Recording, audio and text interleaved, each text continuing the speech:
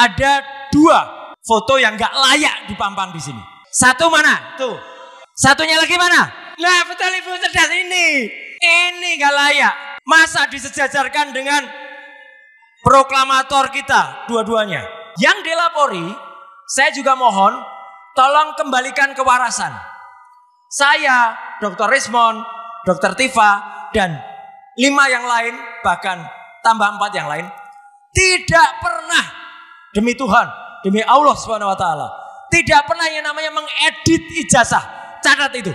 Jangan sampai Pak Prabowo, ini penting banget, yang suka dengan angka berapa? 8. Di tengah Pak Prabowo, di resep Pak Prabowo, ada 8 anak bangsa dipidana. Itu akan diingat oleh seluruh rakyat Indonesia, bahkan dunia. Di tengah-tengah Presiden Prabowo Subianto, ada 8 anak bangsa dipidana. Jadi teman-teman semua, ayo kita bersama-sama, ini kaos yang memulai kita dulu ya. Ada Bang Rizal Fadila waktu itu, mohon maaf untuk yang fotonya waktu itu memang baru berempat kami ya. Trio RRT plus Pak Rizal Fadila. Kita bersama dan kaos ini merupakan ucapan terima kasih kepada teman-teman semuanya. Yang bisa membalas adalah Allah Subhanahu wa Ta'ala kepada teman-teman semua. Assalamualaikum warahmatullahi wabarakatuh. Salam sejahtera untuk kita semuanya. Merdeka! Belum. Kalau kata dia, merdeka tapi belum. Saya ingin mengulangi apa yang tadi disampaikan oleh Pak Ustadz Kosinuddin selaku koordinator non-litigasi kita. Ketika awal tadi sebelum saya datang, ada beberapa foto yang ada di sini. Tapi sebenarnya kalau menurut saya, Mas Kosin, ada 2 foto yang gak layak dipampang di sini. Betul nggak? Satu mana? Tuh. Satunya lagi mana? Nah, betul Ibu cerdas ini. Ini gak layak. Masa disejajarkan dengan proklamator kita dua-duanya. Dan ayahnya dia sekalipun beda jauh. Ada pertanyaan di antara kita, ke saya, ke Bang Rismond, ke Dr. Tifa, dan ke 5 yang lain plus 4 yang lainnya, karena kami sebenarnya ber-12. Kenapa ijazahnya Bung Karno dan Bung Hatta nggak diteliti? Salah besar.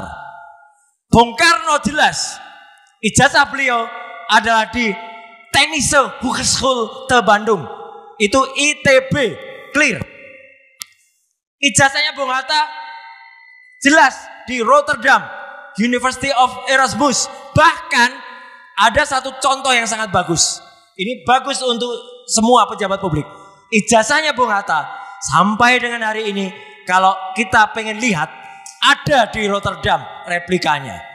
Jadi itu contoh.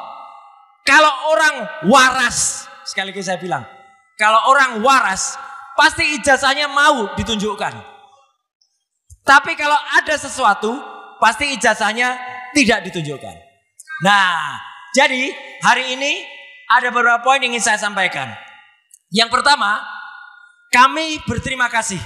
Bukan hanya kami bertiga, ber-8, ber-12, dan kita semua. Berterima kasih kepada rakyat Indonesia yang terus membersamai dan memberikan atensi dan supportnya. Kalau Anda nggak bisa datang, silakan cukup dengan doa, dan itu kami terima dengan lapang dada, dan alhamdulillah hiraubil alamin kalau itu dilakukan. Terima kasih ya. Karena apa? Perjuangan ini adalah perjuangan kita. Perjuangan kita bersama. Dari tempat ini dulu kita mulai. Dari tempat ini pula lah kita juga bergerak. Dari tempat ini tanggal 30 April dulu, di tengah-tengah acara, kita mendengar kabar Joko Widodo melaporkan kita ke bagian kehilangan di Polda Metro Jaya. Saya nggak bohong, loketnya loket kehilangan itu. Jadi memang dia mungkin kehilangan ijazahnya atau kehilangan kewarasannya. Iya, kalau orang yakin benar ijazahnya pasti ditunjukkan. Enggak, tidak ditunjukkan. Satu. Yang kedua, yang dilapori, saya juga mohon tolong kembalikan kewarasan. Saya, Dr. Rismond, Dr. Tifa, dan 5 yang lain, bahkan tambah 4 yang lain, tidak pernah demi Tuhan, demi Allah Subhanahu wa taala, tidak pernah yang namanya mengedit ijazah. Catat itu. Kalau ada orang yang mengatakan kami mengedit ijazah dan mengedarkan ijazah palsu, orang itu yang berbohong. Kami memang meneliti ijazah yang pernah diposting oleh seorang kader partai Gajah Kuntet. Gajah Kuntet itu gajah kecil, gajah kerdil. Namanya Dian Sandi Utama pada tanggal 1 April. Kalau mau dikejar dengan pasal 32 dan 35, dialah harusnya. Karena ijazah yang dipoto oleh Dian Sandi miring kayak otaknya. Ini kan miring. Jadi dia sudah membuat ijazah yang tadinya tampak benar menjadi tidak benar. Dialah Dian Sandi. Kami tidak pernah mengubah apapun bentuk ijazah ini. Kalau kami lakukan penelitian dengan ELA, dengan luminant gradients, yang nanti juga akan sampai oleh Dr. Rismond, itu adalah ilmiah. Bukan kami mengedit. Jadi kalau ada orang nggak mengerti bahwa kami melakukan penelitian untuk mengedit, itulah yang kita tentang. Kenapa? Karena pasal yang digunakan untuk mengedit itu adalah pasal 32 dan 35. Itulah yang mau dibebankan kepada kita-kita untuk ditahan. Karena ancaman hukumannya di atas 5 tahun. Jadi itu yang akan kita dobrak pertama kali. Tidak pernah ada edit mengedit. Kalau urusan pencemaran nama baik, silakan saja kita bertarung pengadilan. Tapi demi Tuhan, demi Allah sekali lagi, tidak ada yang namanya edit. Dan bahkan ijazah yang kami teliti sudah dikonfirmasi oleh KPU, ada 5 tempat, sama dengan ini. Jadi mana yang diedit? Tidak ada. Dan sekali lagi 99,9% ijazah ini palsu. Sudah clear banget ya. Dan kenapa kami ditersangkakan? Terus terang mendengar kabar ditersangkakan itu sebenarnya semenjak minggu yang lalu. Sebelum sebenarnya waktu itu saya berniat juga mengajak Dr. Rismond dan juga Dr. Tifa dan juga semuanya untuk ke Sydney, Australia. Sudah terdengar kabarnya bahkan akan ada dicekal, di sana dikejar Interpol dan lain sebagainya. Alhamdulillah jalan semuanya lancar dan bukti utama yang kami peroleh, Gibran tidak punya ini. Sekali lagi, Gibran tidak punya yang katanya dia lulus dari UTS Insert. Nanti biar dilanjutkan Dr. Rismond. Kita mengejar ke Kementerian Pendidikan Dasar Menengah. Karena apa? Itu yang tidak sah persyaratannya. Persyaratan ijazah tidak ada, persyaratan raport juga tidak ada selama 3 tahun. Jadi jelas banget. Dan kalau tadi dikatakan oleh Pak Ustadz Kosinudin, tidak hanya Profesor Denny Indrayana. Semalam Pak Ustadz, saya juga ketemu dengan yang sudah juga memberikan dukungan ke kita, yaitu Pak Dr. Amir Samsudin, ya, mantan Menkumham, yang dulu ketika Prof Denny Pak Wamen, beliau adalah menterinya. Tetap Pak Amir Samsudin juga memberikan support kepada kita. Nah, at last but not least, teman-teman sekalian, kepada 7 yang lain yang ditersangkakan dan kepada 4 yang standby untuk dikembangkan, tapi semoga tidak, ya. Kita harus semangat. Kita percaya perjuangan kita adalah benar, di jalan yang benar, dan insya Allah kita akan diridhoi dan diselamatkan oleh Allah Subhanahu wa taala. Jangan kaget. Dengarkan kata-kata saya. Jangan kaget. Kalau nanti di tengah jalan ada emergency break. Apa itu? Itu adalah pertolongan dari Allah Subhanahu wa taala. Mungkin kami harus mengalami dulu sesuatu yang sangat tidak enak. Tapi insya Allah akan ada. Dan last but not least, pesan saya untuk Pak Prabowo. Pak Prabowo, presiden kita, ya. Anda jangan mau dikotori atau sejarah rezim Prabowo dikotori seperti rezim Jokowi. Di tengah rezim Jokowi waktu itu ada 2 anak bangsa yang dipidanakan, Bambang Trimulyono dan Gus Nur. Meskipun para termulnya mengatakan itu kan yang lapor bukan Jokowi, itu dalam bahasa Jawa Ini namanya nabok nyilih tangan. Dia menggunakan tangan orang lain untuk melaporkan. Karena dia waktu itu masih presiden. Tapi sekarang sama saja. Jangan sampai Pak Prabowo, ini penting banget, yang suka dengan angka berapa? 8. Di tengah Pak Prabowo, di resep Pak Prabowo, ada 8 anak bangsa dipidana. Itu akan diingat oleh seluruh rakyat Indonesia, bahkan dunia. Di tengah-tengah Presiden Prabowo Subianto, ada 8 anak bangsa dipidana. Jadi teman-teman semua, ayo kita bersama-sama, ini kaos yang memulai kita dulu ya. Ada Bang Rizal Fadila waktu itu, mohon maaf untuk yang fotonya. Waktu itu memang baru berempat kami ya. Trio RRT plus Pak Rizal Fadila. Kita bersama dengan kaos ini merupakan ucapan terima kasih kepada teman-teman semuanya. Yang bisa membalas adalah Allah Subhanahu wa Ta'ala kepada teman-teman semua. Sekian, terima kasih. Wassalamualaikum warahmatullahi wabarakatuh. Allahu Akbar. Merdeka. Bang Rismon, mohon ada di tengah. Ini ide mendadak yang Bang Rismon di tengah. Biar RRT. Teman-teman semuanya, atas nama trio RRT, tanpa juga meninggalkan 5 sahabat yang lain, ya, dan juga 4 sahabat yang lain, kami dengan tulus memohon doa agar kami insya Allah mendapatkan jalan yang terbaik nanti pada tanggal 13 November. Kita tundukkan kepala sejenak. Kita mohon kepada Allah Subhanahu wa Ta'ala, karena satu-satunya yang bisa kita minta tolong selain teman-teman semuanya adalah Allah Subhanahu wa Ta'ala. Kita berdoa, mulai.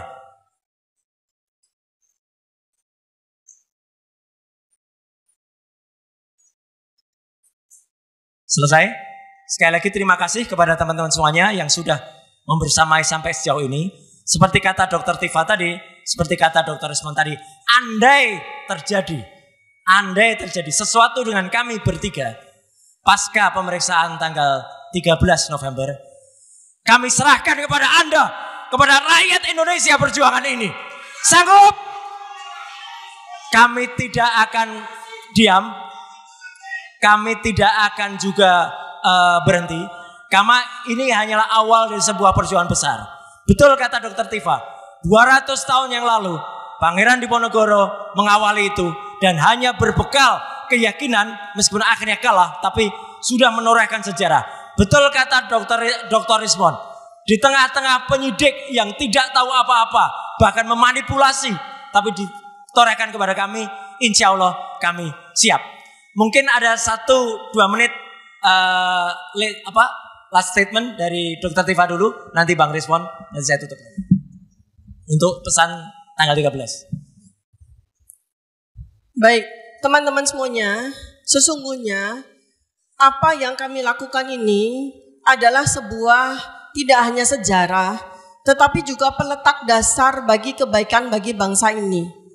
Sebab kalau kami tidak melakukannya, maka negara ini akan tertimbun oleh kejahatan demi kejahatan yang terus-menerus, yang akan mengakibatkan anak-anak kita, cucu-cucu kita akan hidup dalam situasi tanpa agama, tanpa keyakinan, tanpa kepastian hidup. Mereka akan hidup sangat-sangat menderita. Itulah yang membuat kami terpanggil untuk mewakafkan perjuangan ini, untuk mewakafkan diri kami. Maka mudah-mudahan Bapak dan Ibu semua yang hadir di sini bisa melanjutkan apa yang sudah kami mulai. Terima kasih. Apa sih susahnya memakzulkan Gibran saat ini? Bukti sudah telak. Ijazah SMA nggak ada. Raport cuma kelas 1 SMA, ditambah diploma. Sudah jelas, faktual, bahwa Gibran tak punya ijazah SMA, tak lulus ijazah SMA, baik dalam negeri dengan sistem pendidikan kurikulum pendidikan nasional, maupun pendidikan luar negeri. Kemana DPR? Kemana kalian-kalian yang dulu penggerak-penggerak reformasi 98? Apakah kalian sudah nyaman sekarang? Ayolah DPR, semua forum purnawirawan TNI, bahkan TNI itu sendiri. Ini loh sudah bukti, sudah sangat telak.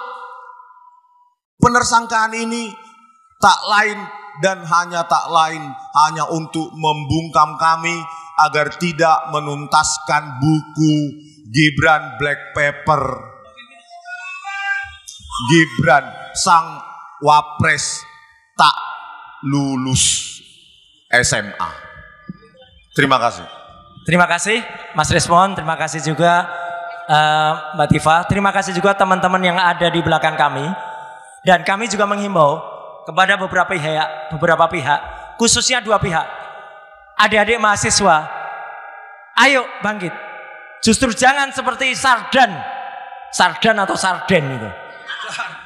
Ya, yang katanya BEM Nusantara, ya. Malah mendukung penangkapan terhadap kami.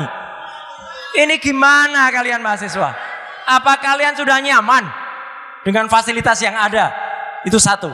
Kemana kalian ketika mahasiswa kemarin pada turun ke jalan dan memprotes, baik itu DPR, baik itu Wapres, baik itu juga yang lain. Kemana kalian? Yang kedua, organisasi namanya MUI, ya, Majelis Ulama Indonesia.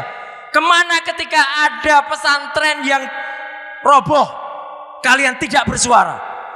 Kenapa ketika ada korupsi di haji, MUI tidak bersuara? Tapi kenapa ketika justru ada aktivis yang kemudian akademisi dikriminalisasi, kalian justru mendukung dengan mengatakan sudah tepat penangkapan? MUI, kemana kalian? At last but not least, ini sekedar lucu-lucuan saja, ya. Tadi ada yang berkata, mana wayangnya Mas? Wayangnya nanti malam di rakyat bersuara. Sekian, terima kasih. Wassalamualaikum warahmatullahi wabarakatuh. Merdeka! Merdeka tapi belum. Ya, Allahu Akbar. Terima kasih. Salam. Berita. Ini wajib hukumnya untuk mempertunjukkan gimana jasa bersama, ya gitu, karena rekam jejaknya dan bukan termasuk bagian dari undang-undang perlindungan data. Oke, terus upaya hukum nggak terkait dengan penetapan satu terang. Kita tunggu tanggal mainnya. Saya percayakan penuh kepada semua lawyer ya yang ada. Nanti kita tunggu saja. Yang jelas tanggal 13 November besok kami bertiga hadir. Ya, hadir dan sekaligus kami bertanyakan ketika kemarin Pak Metro 1 ya, Kapolda Metro Jaya mengatakan kami melakukan editing terhadap ijazah. Tidak ada satupun sama sekali melakukan editing terhadap ijazah. Ijazahnya itu Anda justru orang yang seharusnya layak ditersangka. Anda yang mengupload yang pertama kali. Ini pasalnya kebetulan saya membuat undang-undang ini, membuat dapat diaksesnya atau mentransmisikan. Dia jelas yang mentransmisikan, bahkan dia membuat ijazah ini tanpa miring, tanpa tidak sesuai dengan aslinya. Itu adalah Dian Sandi Utama. Dan ini adalah objek yang kami teliti, Dr. Resmon teliti, Dr. Tifa teliti. Dan ini diakui oleh dia, ini asli bahkan. Nah kalau dia mengakui asli pada ini tidak asli, dia kena pasal 35, 32. Bukan kami sama sekali tidak melakukan editing apapun sekecil. Kalau ada misalnya kayak bilang, ini adalah hasil dari error level analysis. Ini adalah software yang bisa membuat atau mendeteksi yang memang orangnya tidak membuat bisa mendeteksi bahwa ijazah ini pernah direkayasa. Kalau direkayasa gambarnya jadi acak-adut huruf kanan, bahkan ketika lakukan analisis yang luminance gradient, teman-teman bisa lihat cap yang ada di foto ini itu tidak di atas cap. Ini ilmiah. Ya, ini bukan omong-omong, bukannya dilihat saja. Tapi kemudian ada pakar-pakar gabungan yang lain yang kemudian juga dipakai oleh kepolisian untuk kemudian menyatakan bahwa kami itu tidak ilmiah. Dan mereka tidak berani menerima tantangan kami berhabis secara ilmiah. Jadi itu tindakan hukum saya kira. Ada lagi apa-apa? Itu seperti apa Bang? Persiapan hari Kamis kita berdoa kepada Tuhan Yang Maha Kuasa, kepada Allah SWT, dan terima kasih sekali lagi kepada masyarakat yang sudah membersamai, sudah mendukung, dan saya terus terang melakukan kritik keras kepada dua lembaga. Yang pertama adalah MUI, ya, Majelis Ulama Indonesia, yang turut berkomentar penetapan TSK Roy Suryo dan kawan-kawan adalah sah. Saya bahkan bertanya, kemana kalian ketika ada pesantren yang rubuh ya waktu itu dan banyak korbannya? Nggak ada itu komentar apapun. Kemana kalian ketika ada korupsi di haji? Itu tugas dari MUI untuk berkomentar. Diam aja mereka.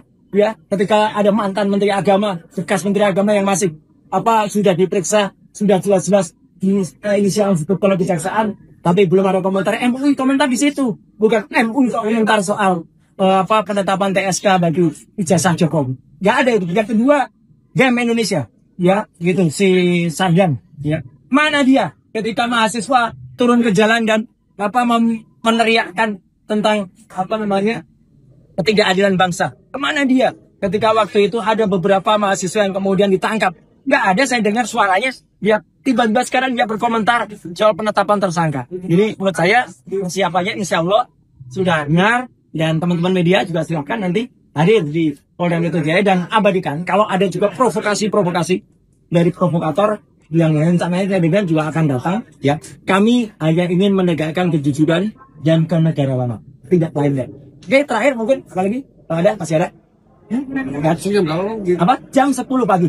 Jam 10 pagi di Polda Metro Jaya di Kamnek Unit 5. Oke ya, terima kasih teman-teman semuanya.